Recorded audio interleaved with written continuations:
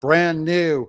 Fani Willis accusing white people of racism all over Georgia, apparently.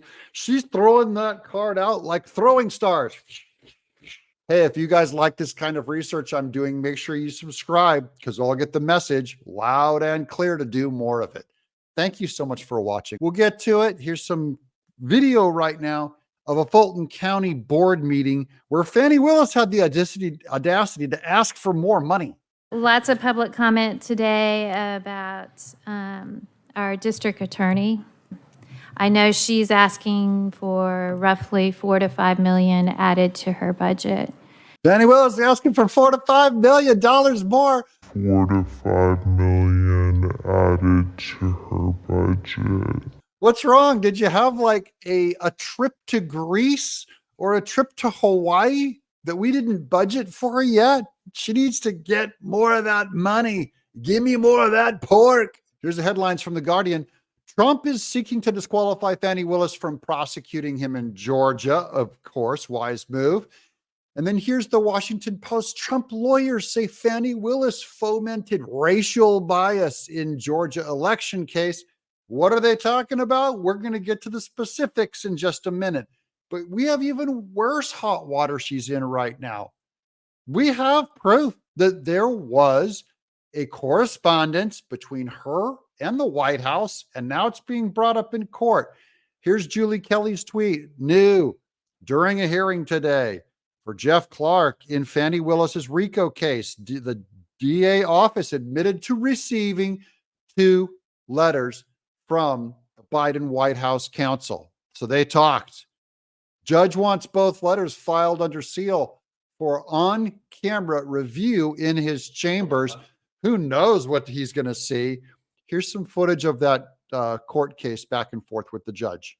All right, Mr. Bernick. So let's start there. Again, we're traveling under Brady, and he's asking for evidence, and our communications with the White House counsel's office was about logistics and procedures, whether they had a TUI type process in place. It wasn't about obtaining any type of evidence from them.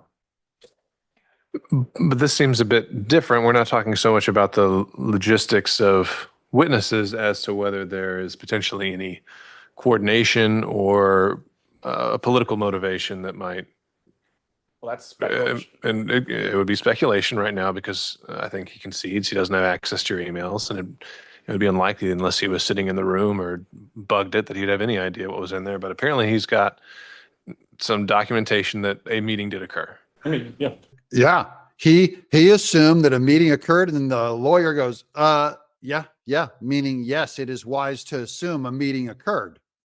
The original question was, is there something actually in writing that shows communications between the office and the White House counsel? We did get a letter from the White House counsel's office. That's a yes. Between the Fani Willis's office and the White House counsel, that is the White House, where they said there has been they called all of Trump's guys conspiracy theorists and loopy, all of us. They're going, oh, there is no proof of any communication between the White House and Fulton County. And now we got it. Their own attorney just agreed. Yeah, there's communication. 2. All right. It So was about logistics and procedures, as stated before. all right. So it's just that you're saying the sole written communication, whether by text, whether by email, whether by written correspondence, solely consists of one written letter.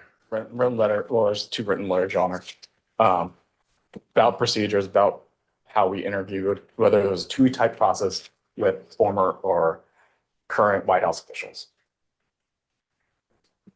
Okay. He goes, so all of it comes down to one letter. Well, actually, it's 2 letters. Fani Willis's people. This is scummy. These people are lying. They're getting caught.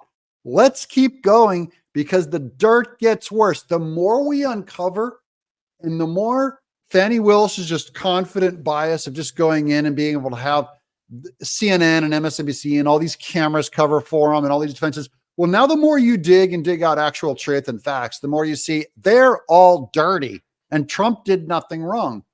Here's Kanakawa the Great. New Fani Willis accused a Fulton County board commissioner of being racist when she asked about Nathan Wade. So here's a county board commissioner doing her normal, just research on something. And Fani Willis, well, here's her. I'll let you listen to the testimony herself.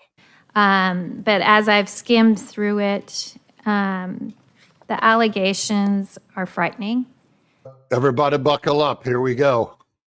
Potential of misallocation of county funds that were given to her in 2021, 2022, and this last year. I believe we need some transparency as a commissioner. I asked for transparency. I asked her how much this election interference case was costing the county. The answer I got was that Lady Justice has no price, and I wasn't given any amounts. Yeah, that's the cost of going after Trump. Hey, spare no expense. That's it. And because he's black. And then the whole time she's taking all the money. She and Nathan Wade are going on trips. She's enriching herself. So yeah, get all this money in the name of even Trump hatred. Even if you hate Trump, aren't you mad that she's taking all the money and spending it on candy and pork chops and jewelry? And she's just having a ball on the water slide on a cruise ship. Fani Willis and Nathan Wade. Woo! Thirdly, when I asked her about the Nathan R. Wade expenditures in particular, I didn't get an answer.